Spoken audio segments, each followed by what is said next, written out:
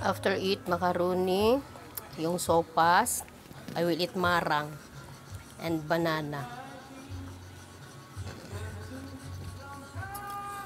This is very delicious, guys. It has a lot here in Davao. Yummy. You want some? I only eat alone now. You want some? Here.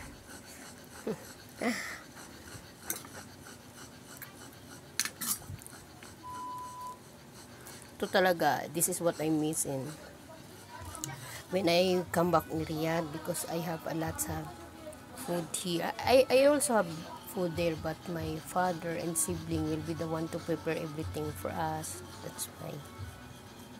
Bye for now.